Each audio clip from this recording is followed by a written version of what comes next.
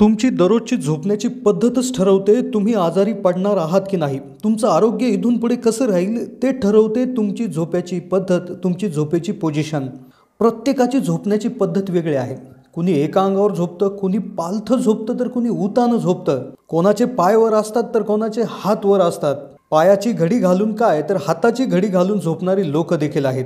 जगात जितके लोक असतील तितक्या झोपण्याच्या विविध पद्धती देखील आहेत. मग आपण रात्रभर कसे झोपतो, आपली झोपण्याची पोझिशन कशी आहे, यावर काही अभ्यास करण्यात आलेला आहे. या अभ्यासामध्ये असं निदर्शनास आलेलं आहे की झोपेची पद्धत जर तुमची चुकली तर तुम्हाला प्रचंड मोठे आजार होऊ शकतात. यामध्ये एक चुकीची झोपेची सवय जर तुमची असेल तर तुम्ही लवकरच कॅन्सरला देखील बळी पडू शकता. व्हिडिओमध्ये आज आपण झोपेच्या संदर्भात झालेल्या एका अभ्यासाविषयी माहिती घेणार आहोत. आपल्या शरीरावर याचा काय फरक पडतो याविषयीची माहिती घेण्याचा प्रयत्न करणार आहोत. आता आपण दिवसभर किती चांगलं काम करू, किती एनर्जी आपल्यामध्ये राहील हे ठरवते तुमच्या झोपेची क्वालिटी. होय, रात्रभर तुम्ही कसे झोपलात, किती झोपलात हेच ठरवतं तुमचं दुसऱ्या दिवसाचं परफॉर्मन्स. तुम्हाला आयुष्यात हार्ट डिसीज म्हणजेच हृदयरोग, कॅन्सर, अल्झायमर असे आजार देखील चुकीच्या पद्धतीच्या झोपण्यामुळे होऊ शकतात. आत्ताच झालेल्या एका अभ्यासात असं लक्षात आलेलं आहे की जी लोकांची झोप चांगली होत नाही, ज्यांची झोपण्याची पद्धत चुकते, ती लोक काम कंप्लीट करण्यासाठी, कोणतं एखादं काम पूर्ण करण्यासाठी 14% जास्त वेळ घेतात व त्या कामामध्ये ते 20% जास्त चुका देखील करत असतात. 24 तास जर तुम्हाला झोप चांगली मिळाली नाही तर तुमच्या मेंदूमध्ये जवळपास ग्लुकोजची कमतरता भासते आणि ग्लुकोजची कमतरता भासल्यामुळे अगदी विचार करताना देखील चुका माणसाकडून होत असतात आणि बऱ्याच वेळा हे ॲक्सिडेंटचं देखील कारण होऊ शकतं. झोपण्याची तुमची पद्धत कशी आहे? तुम्ही उताने झोपता की पालथे झोपता, एका अंगावर झोपता की कोणती तुमची पद्धत आहे त्यावरनं ठरतं तुम्हाला कुठले आजार होतील, तुम्ही निरोगी राहाल का. तर त्याविषयीची आज माहिती व्हिडिओच्या माध्यमातून आपण घेण्याचा प्रयत्न करतोय. आता सगळ्यात आधी या अभ्यासामध्ये असं लक्षात आलेलं आहे की नेमकं झोपेवर काय काय अवलंबून असतं. अभ्यासात असं लक्षात आलं आहे की माणसाच्या झोपेवर त्याच्या आरोग्याच्या संबंधित प्रत्येक गोष्टी अवलंबून असतात. त्याच्या शरीरात असलेला रक्तप्रवाह, मणक्याचं कार्य, त्याचे हार्मोन्स, हृदयाचं कार्य, ब्लड प्रेशर, ऑक्सिजनचा पुरवठा, स्नायूंचं कार्य, हाडकांचं कार्य, अशा सर्वच गोष्टी तुमच्या झोपेच्या पोझिशनवर अवलंबून असतात. आता झोपेची पोझिशन ह्या 3 प्रकारच्याच असू शकतात. एक म्हणजे काय, एका अंगावर झोपणे, मग तो राईट साईडला झोपू शकतो किंवा लेफ्ट साईडला झोपू शकतो. उताने झोपणे किंवा पालथे झोपणे, अशा 3च पोझिशन असतात. आता काय होतं, बरेचसे लोक जर उताने झोपत असतील तर लेफ्टला झोपलं तर बरं आहे, पण जर ते राईटला झोपलंय म्हणजेच उजव्या बाजूला उजव्या कुशीवर त्या ठिकाणी झोपत असाल तर तुम्हाला मोठा प्रॉब्लेम त्या ठिकाणी होऊ शकतो. मग उजव्या कुशीवर झोपायला पाहिजे, डाव्या कुशीवर की उतानं की पालथं, म्हणजे कशा पद्धतीनं झोपायला पाहिजे जेणेकरून आपलं आरोग्य चांगलं राहील, कुठल्या पोझिशनमध्ये झोपल्यावर आरोग्याचे सगळ्यात मोठे दुष्परिणाम होतात हे आपण स्टेप बाय स्टेप जाणून घेतो. पण पहिल्यांदा पाहूयात की राईट साईड म्हणजेच उजव्या कुशीवर झोपणाऱ्या लोकांना काय काय प्रॉब्लेम होत असतात, त्याच्यामागचं सायन्स देखील आपण समजून घेण्याचा प्रयत्न करणार आहोत. आता होतं काय की बऱ्याच वेळा आपण जे काय अन्न खातो तर ते अन्न आपल्या अन्ननलिका, जे इसोफॅगस नावाचा एक पाईप असतो, तर त्या पाईपमध्ये होऊन आपल्या पोटामध्ये पोहोचत असतं. मग ह्या पोटामध्ये पोहोचल्यानंतर तिथं गॅस्ट्रिक ॲसिड नावाचं एक ॲसिड असतं, ते तिथे येतं आणि ते खाणं तिथे पचन होत असतं. पण आता हा जो काही पाईप असतो किंवा ही अन्ननलिका असते तर हिला एक व्हॉल म्हणजेच एक दरवाजा त्या ठिकाणी खाली अशा पद्धतीनं जोडलेला असतो की हे जे काही तयार झालेलं ॲसिड आहे ते कधीच वर येणार नाही, ते तिथेच राहील. अशा प्रकारचा एक व्हॉल किंवा एक अरेंजमेंट असते. पण जसं जसं माणूस आजारी पडल्यानंतर किंवा त्याचं वय झाल्यानंतर तो जो काय व्हॉल आहे तर तो हळूहळू प्रॉब्लेम द्यायला लागतो, तो थोडासा ढिल्ला व्हायला लागतो. मग अशा पद्धतीमध्ये जेव्हा रात्री आपण जेवण करून झोपतो, अन्ननलिकेतून अन्न पोटात ज्यावेळेस जातं, ॲसिड तयार होतं.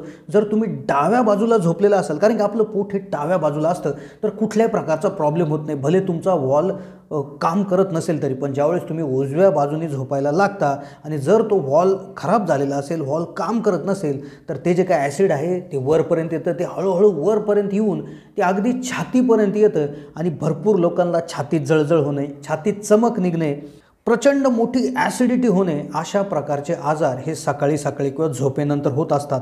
तर त्याचं कारण हेच आहे.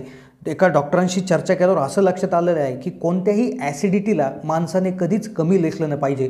अगदी लक्षपूर्वक त्या ॲसिडिटीकडे हे दिलं पाहिजे, कारण की ॲसिडिटी ही जर तुमच्या इसोफॅगस म्हणजे अन्ननलिकेत नेहमी नेहमी जात राहिली तर इसोफॅगसचा कॅन्सर देखील तुम्हाला होऊ शकतो। आता याचबरोबर उजव्या साईडला झोपणाऱ्यांमध्ये अजून एक असा प्रॉब्लेम होतो की ॲरोटा नावाची एक शिर असते जी हृदयामधून आपल्या शरीराच्या खाली सर्व भागांमध्ये रक्त पोहोचवण्याचं काम करत असते। आता ही सुद्धा जी वाहिनी आहे तर ही सुद्धा थोडीशी डाव्या बाजूला वळलेली असते, म्हणजे डाव्या बाजूला ही जास्तीत जास्त झुकलेली असते।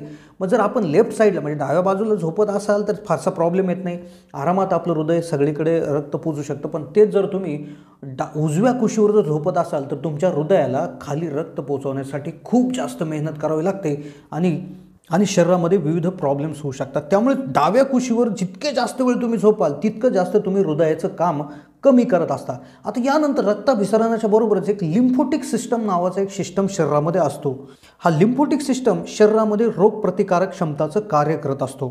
आयुर्वेदामध्ये कोणतीही बिमारी ठीक करायची म्हणजे लिम्फोटिक सर्क्युलरी सिस्टीमचा सगळ्यात आधी इलाज केला जात असतो। खूप इम्पॉर्टंट सिस्टीम आहे। याच्यामध्ये देखील एक विशेष प्रकारचा दव पूर्ण शरीराभर पसरला जातो, तर हा सुद्धा डॅमेज होऊ शकतो, हा सुद्धा थांबला जाऊ शकतो आणि ज्यामुळे शरीरात प्रचंड मोठे आजार त्या ठिकाणी होऊ शकतात। ब्लड प्रेशर, कॅन्सरसारखे प्रचंड आजार त्या ठिकाणी होऊ शकतात। आता दुसरी पोझिशन आहे बॅक स्लिपिंग पोझिशन, म्हणजे उताने झोपणे। तर उताने झोपणे जे वर तोंड करून म्हणजे उताने त्या ठिकाणी झोपत असतील, पाठीवर झोपत असतील तर या पोझिशनचा कोणता फायदाही नाही आणि तोटाही नाही।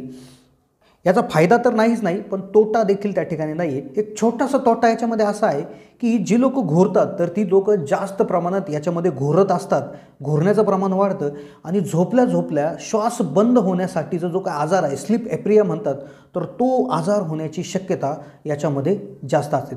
आता त्यानंतर तिसरी झोपण्याची पद्धत असते पालथं झोपण्याची, म्हणजे पोटावर झोपण्याची जी पद्धत असते तर ती फार खराब आहे, ज्यामध्ये आपला मणका हा सरळ राहत नाही, आपली मान देखील सरळ राहत नाही, त्यामुळे मणका दुखणे, मानेचे आजार त्या ठिकाणी हळूहळू होत असतात। या व्यतिरिक्त आपली जी पचन क्षमता आहे तिला देखील जास्त काम करावं लागतं, लिम्फोसिटिक सिस्टीमला तसेच रक्ताभिसरणाला देखील जास्तीत जास्त काम त्या ठिकाणी करावं लागतं, ज्यामुळे आपली जी बॉडी आहे तिला 25% जास्त ऊर्जेची त्या ठिकाणी गरज येत असते। त्यामुळे जे पालथी झोपणारे लोक आहेत ते नेहमी थकलेले असतात, कारण की त्यांच्या बॉडीमध्ये पूर्ण सर्क्युलेशन व्हायला बॉडीला एनर्जी जास्त लागते आणि त्यामुळे ते नेहमी थकलेले असतात, कामावर परिणाम होत असतो।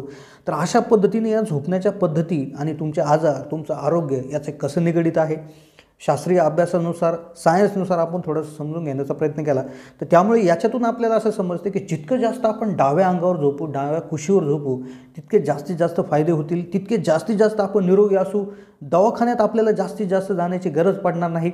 या व्यतिरिक्त घोरण्याचा देखील जो प्रॉब्लेम आहे तो देखील डाव्या कुशीवर झोपल्यानंतर जास्तीत जास्त क्लिअर झालेला आहे। तर त्यामुळे नक्कीच डाव्या कुशीवर झोपण्याचा जास्तीत जास्त प्रयत्न करणं काही हरकत नाही। कशी वाटली माहिती कमेंटच्या माध्यमातून कळवायला विसरू नका। चॅनलला नवीन असाल तर जरूर सबस्क्राईब करा।